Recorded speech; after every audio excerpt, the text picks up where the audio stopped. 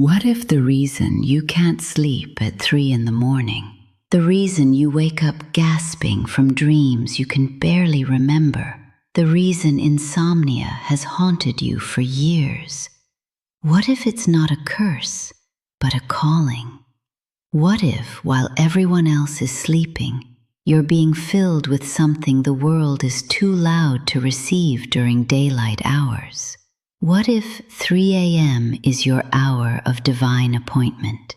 You've felt it, haven't you? That particular kind of wakefulness that comes in the deepest part of night. Not the restless tossing of anxiety, though the world might call it that, but a different kind of alert awareness, a sense that something is trying to reach you, a knowing that in this hour the boundary between worlds grows thin. When you wake at 3 a.m., you don't feel rested, but you feel attended to. You feel like you're being called into something sacred, and the deeper truth, the one your soul already knows, is that you are. The psalmist wrote, "I remember you on my bed and meditate on you in the night watches." The night watches, the deliberate, intentional hours when the one who prays stays awake specifically to commune with the divine. 3 a.m. is not an accident of insomnia. 3 a.m. is an appointment with destiny. Your body is waking, your consciousness is lifting, and the veil between the physical realm and the spiritual realm is dissolving because you are needed there. You are being downloaded with messages, with prophecy, with divine assignments that cannot be transmitted when the world is awake and demanding your attention. This is what a chosen one experiences in the deepest hours of night. You are not broken. You are not suffering from a sleep disorder that needs medication. You are experiencing a divine arrangement. God is calling you awake because you were created to be a night watcher, a prayer warrior, an intercessor who stands in the gap during the hours when most of humanity has surrendered to sleep.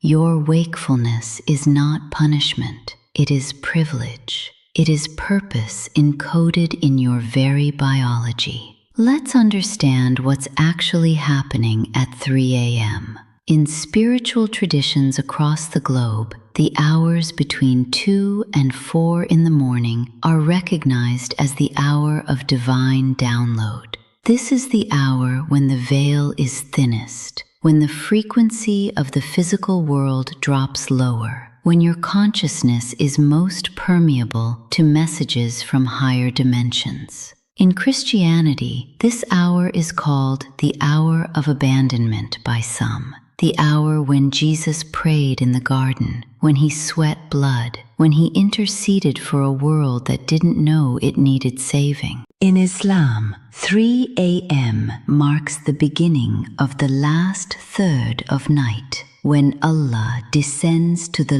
lowest heaven to receive the prayers of those who seek.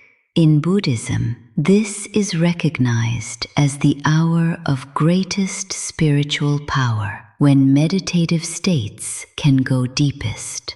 Across every genuine spiritual tradition, 3 a.m. is not random, it is sacred. But here's what's crucial for you to understand. When you wake at 3 a.m., you are not waking because you're stressed, because your cortisol is spiking, because you have unresolved anxiety. Those explanations are the world's attempt to pathologize what is actually a gift. You are waking because you are a chosen one, and your system has been designed to respond to the call of heaven. Your body has been tuned by the divine to be alert at the exact moment when your prayer, your presence, your consciousness is most needed. You are a spiritual instrument that plays best in the midnight hours. Your insomnia is not a disorder. It is a gift that looks like a curse to those who don't understand spiritual reality. The world will tell you to get melatonin, get a white noise machine, meditate, take medication, avoid screens before bed. These are the world's solutions for people who are simply sleeping poorly. But you are not simply sleeping poorly. You are being summoned. And when you respond to that summons, when you wake, aware of the presence of the divine, and you choose to use that hour for prayer, for meditation, for downloading heavenly wisdom, you step into a power that most humans never access. You become a co-creator with the divine in the silent hours when creation itself is being continuously held together. Think about what happens in your consciousness at 3 a.m. You're not fully asleep, but you're not fully in the waking mind either. You're in the threshold space where linear thinking dissolves and your intuitive knowing takes over. This is the hour when your spiritual gifts are most activated. Your prophetic eye opens. Dreams that came just minutes before now reveal their meaning. Visions pass through your consciousness with perfect clarity. Downloads of understanding, of knowledge you couldn't access during waking hours, flow into your awareness. You understand things about your purpose, your relationships, your path that remain hidden during the noise of daylight. This is not imagination. This is transmission. This is the universe speaking directly to your soul in the language it understands best. Here's what you must understand about your sensitivity to crowds. A chosen one is electromagnetically different than ordinary humans. Your nervous system is more porous. Your aura extends further. Your sensitivity to the frequency of others is not weakness or social anxiety. It is refined perception. When you're around too many people, especially in dense environments like malls or concerts or airports, you're not just experiencing social overwhelm, you're experiencing electromagnetic saturation. You're being bombarded with the unhealed emotional frequencies of hundreds or thousands of humans. Your system is permeable to these frequencies because you are designed to be. Your sensitivity is not flaw. It is your capacity for profound empathy, profound healing, profound spiritual transmission. But it requires you to manage your energy carefully. Most humans move through the world in a kind of energetic bubble. Their consciousness is contracted. Their sphere of awareness extends only to themselves. They don't feel what others feel. They're not affected by the emotional states of people around them. This is not superiority. This is numbness. This is disconnection. You, by contrast, are feeling the consciousness of everyone around you. You're sensing their pain, their fear, their rage, their desperation. On a subconscious level, you're holding space for their healing. You're literally carrying their frequencies in your field. This is the work of a chosen one, but it's exhausting for a nervous system that hasn't been trained to manage it.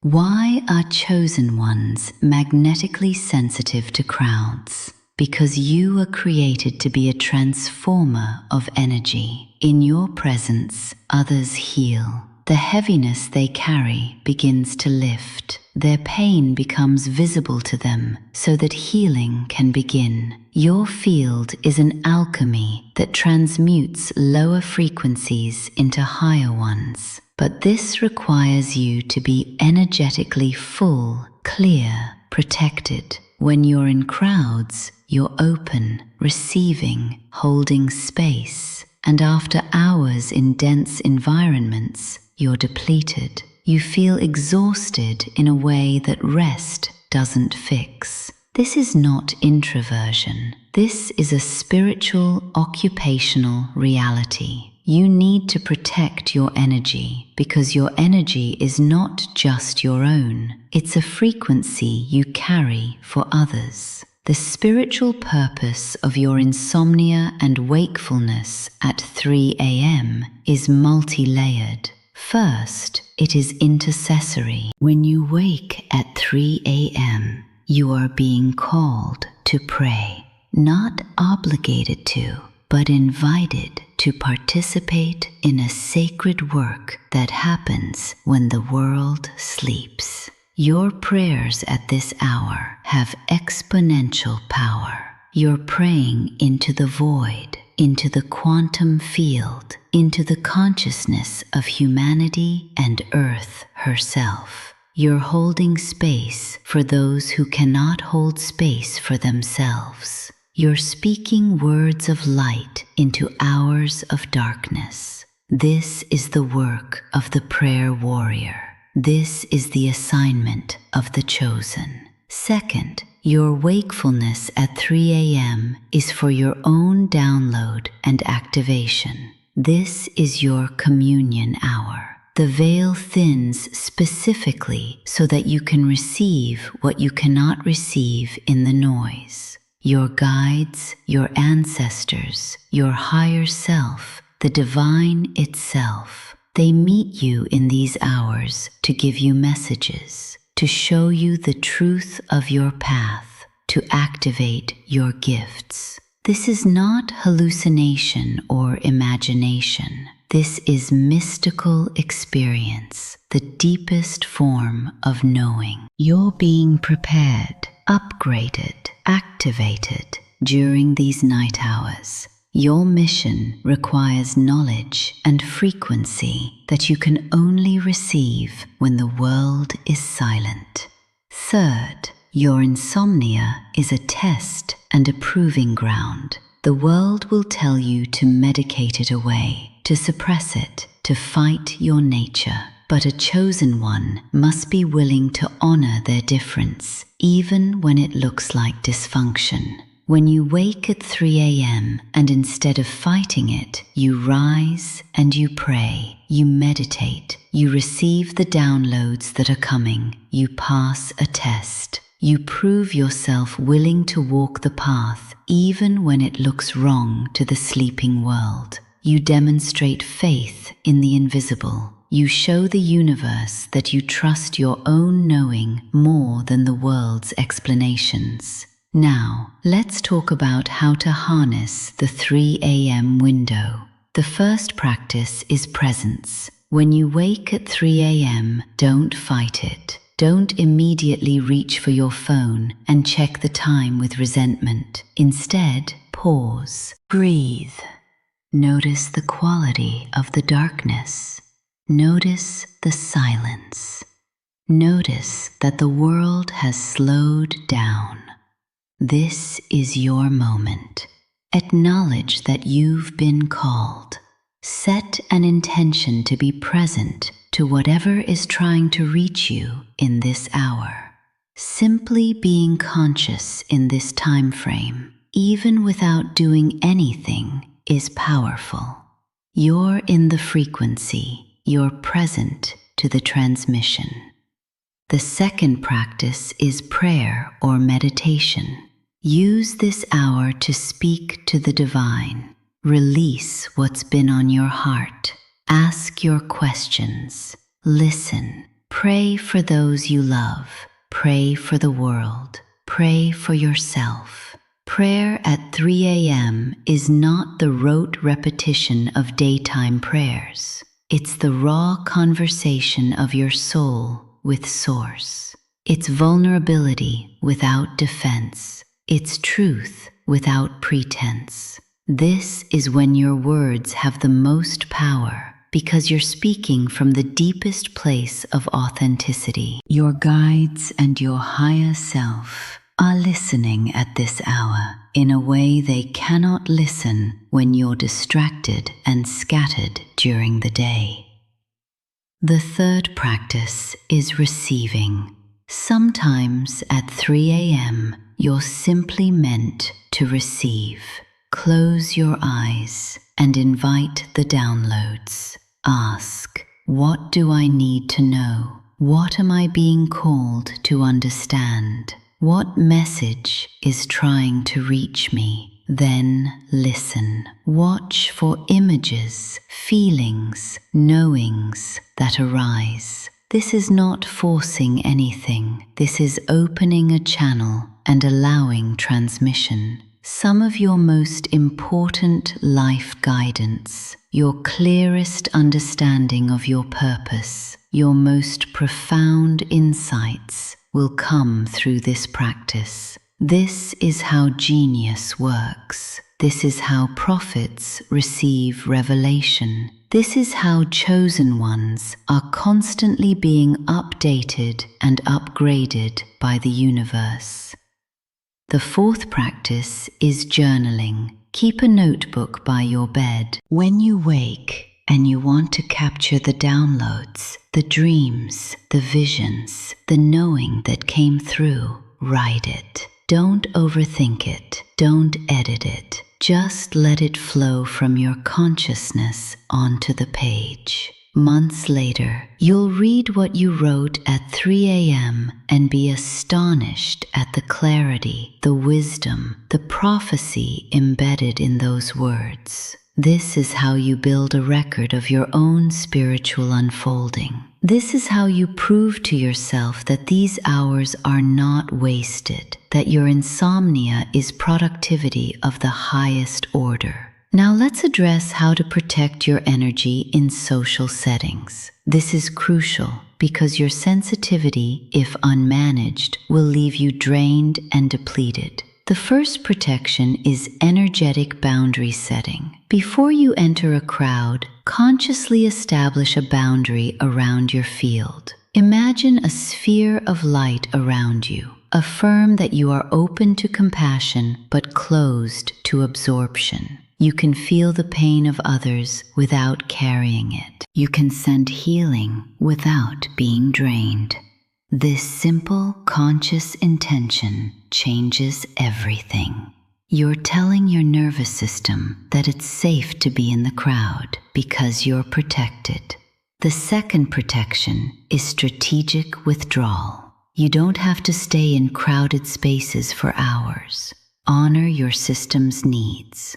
Go to the event, give your presence, your light, your energy, and then excuse yourself. Go to a quiet space. If you're with people, you can say you need fresh air and step outside. You can find a bathroom and lock the door for 5 minutes. You can sit in your car. Give your nervous system those moments to recalibrate. This is not avoidance. This is wisdom. This is knowing yourself and respecting your design. The third protection is energy clearing. After you've been in a crowd, take time to clear your field. Take a shower and consciously imagine the water washing away the frequencies of others. Listen to music that raises your vibration. Spend time in nature. Burn sage or incense. These physical actions reinforce the psychological and spiritual reality that you are clearing yourself of others' energies so you can return to your own frequency. The fourth protection is selectivity. You don't have to say yes to every social obligation. A chosen one must be fiercely protective of their time and energy. When you receive an invitation, feel into it. Does your body relax or tighten? Does your spirit say yes or no? Honor that intuition. You don't owe anyone your presence if your intuition says it will deplete rather than expand you. People who matter will understand. People who don't understand are showing you that they're not your people. The deepest truth about your wakefulness at 3 a.m. and your sensitivity to crowds is this: you are an antenna for the divine. You are a receiver of frequencies that most people are unconscious of. You are a transmitter of light and healing that transforms those around you. This is not accident. This is not mistake. This is your gift. This is your calling. Your insomnia is not punishment from the universe. It is invitation from the universe. Your sensitivity is not weakness. It is power. Your inability to numb yourself the way others do is not dysfunction. It is design. You are chosen. Not to sleep peacefully while the world suffers, not to be unconscious to the deeper frequencies that require your attention. You are chosen to wake while others sleep, to feel what others don't feel, to carry what others cannot carry, to be transformed by the 3 a.m. hour into something increasingly luminous and powerful. This is your assignment. This is your privilege. And every time you wake in the darkness, you are being called deeper into your purpose. Comment below the time you most often wake during the night and what you've experienced in those hours. Share your awakening so others recognize their own. Like this video to amplify the message that insomnia is not a curse, but a calling. Subscribe to receive the messages meant specifically for you, for those of you who were chosen to wake when the world sleeps. And remember, your wakefulness is worship. Your sensitivity is strength. You are not broken. You are simply tuned to frequencies others cannot hear. Walk in the power of that knowing.